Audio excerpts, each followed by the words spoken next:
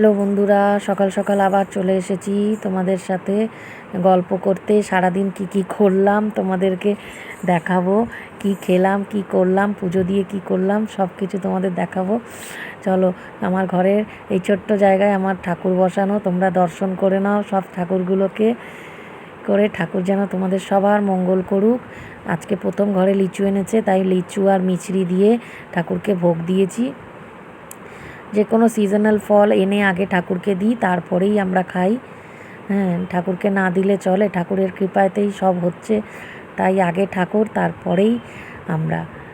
আমার হচ্ছে এটা একটা ব্যাপার, আমি জানি সবাই তাই করে, আগে ঠাকুরকে না দিয়ে কেউ কিছুই খায় না। ঠাকুর পুজো দেওয়ার পরে রান্নাবান্নায় চলে আসলাম। রান্না কমপ্লিট করে নিয়ে কী দিয়ে ভাত খাচ্ছি চলো তোমাদের সাথে শেয়ার করে নিই। দুপুরবেলার টাইম এটা, দুপুরবেলায় গরম গরম ভাত নিয়ে নিয়েছি। এইবারে হচ্ছে ভাতের সাথে করেছি, আজকে যেহেতু মঙ্গলবার, পুরো নিরামিষ, একদম পিওর। আজকে কোনো পেঁয়াজ রসুন মাছ ডিম কিচ্ছুই থাকবে না, আজকে পুরো ভেজ। একদম মঙ্গলবার দিন আমি ভেজ খাই, তোমরা সবাই জানো। এই চাল কুমড়ো বড়ি দিয়ে করেছি। এই চাল কুমড়োটা আমার কিন্তু খুব খুব খুব প্রিয় সবজির মধ্যে একটা পড়ে, কেন জানি না।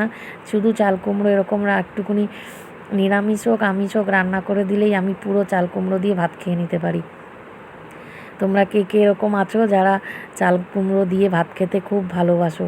চাল কুমড়ো খাওয়ার পরে একটু ডাল নিয়ে নিয়েছি, ডাল দিয়ে মেখে এবার আগে খেলাম শুকনো করে চাল কুমড়োটা শুধু ভাত দিয়ে, এবার একটু ডাল দিয়ে মেখে খাবো। একটু ডাল দিয়ে আর লেবু চিপে নিচ্ছি, লেবু চিপে নিয়ে ডাল দিয়ে মেখে চাল কুমড়ো দিয়ে খেয়ে দেখবো।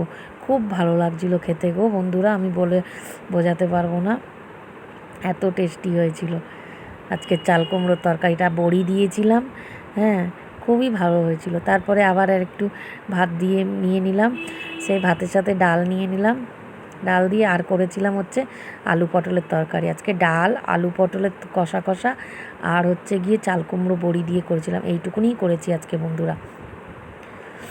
আর লেবু চিপে নিচ্ছি, দেখো লেবু নিয়ে ওর মধ্যে মিশিয়ে ভালো করে মেখে নিচ্ছি, দিয়ে এবার পটল আলু দিয়ে খাবো। পটল আলু কষা তোমরা কে কে ভালো খাও অবশ্যই কমেন্ট করে জানিও। আর নিরামিষ দিনে পটল যদি অন্য কোনো তোমাদের কাছে রেসিপি থাকে সেটাও আমাকে কমেন্ট করে জানিও। আমি তো এই নিরামিষ দিনে পটল আলু কষা আর এই পটল পোস্ত, এই ছাড়া আমার কোনো মাথাতেই আসে না। পটল নিরামিষ দিনে কি করব রান্না সেটাও বুঝতে পারি না। সবাই সব কিছু খায় না আমাদের ঘরে, সেই জন্য নিরামিষ দিনে খুব সমস্যা হয়ে যায়। যাই হোক, পটল আলু কষা ডাল আর এই লেবু দিয়ে খেতে ভীষণ ভীষণ ভালো হয়েছিল গো বন্ধুরা। তারপরে আমি একটুখানি খেয়ে উঠে ভাত খেয়ে ফল নিয়ে বসে পড়লাম। লিচু নিয়েছিল, দেখিয়েছি তোমাদের, ঠাকুরকে দিয়েছি, সেই লিচু একটু আমিও খেলাম। ভীষণ মিষ্টি ছিল লিচুগুলো, ভীষণ মিষ্টি লিচু ছিল। আগে একদিন লিচুগুলো যেগুলো বাজারে দেখছিলাম উঠেছিল, সেগুলো একদম সবুজ সবুজ, একদমই বাজে দেখতে ছিল, তাই আনিনি। আজকে প্রথম আনলো, ঠাকুরকেও দিলাম, আমরাও খেলাম। খুব ভালো লিচু ছিল। লিচু টিচু খাওয়া হয়ে গেল, হয়ে গিয়ে দেখো এবার একটু বিকালবেলা তোমাদেরকে দেখাবো।